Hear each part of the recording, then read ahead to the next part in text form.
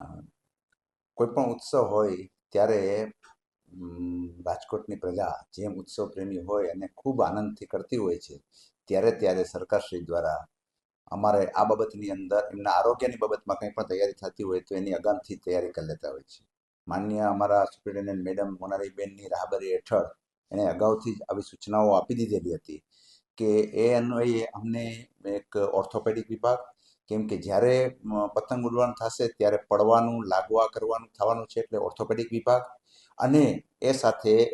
દોરાને કારણે મોટા ભાગે ગળાની અંદર અને બીજા હાથમાં ને થતું હોય છે, પણ જે ગંભીર ઇજાઓ થાય છે એ ગળાની અંદર ચિરાઈ જવાની શક્યતાઓ રહેલી હોય છે. આ અન્વયે અમારી થશે જે રૂટીન ઇમરજન્સીની વ્યવસ્થાઓ હોય ઓર્થોપેડિક સર્જન, કાનના ગળાના સર્જનની, એના કરતાં પણ આ દિવસોની અંદર એટલે કે આ 24 કલાકથી 36 કલાક સુધી વિશેષ એમાં ડૉક્ટરો અને રેસિડેન્ટની ટીમ એમાં જોડી દીધેલી છે, જેથી કરીને હું સૌને અપીલ કરું છું કે આપને ઈશ્વર કરે કાંઈ પણ ઈજાઓ ન થાય, પણ જો કંઈ ઈજાઓ થતા હોય તો સિવિલ હોસ્પિટલ એના માટે સજ્જ છે.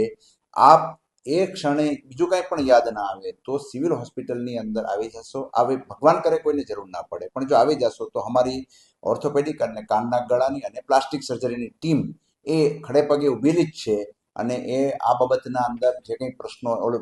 જરૂરિયાત પડશે એ પ્રમાણેની બાકી રિઝર્વ કેપેસિટી પણ રાખેલી જ છે. દરેક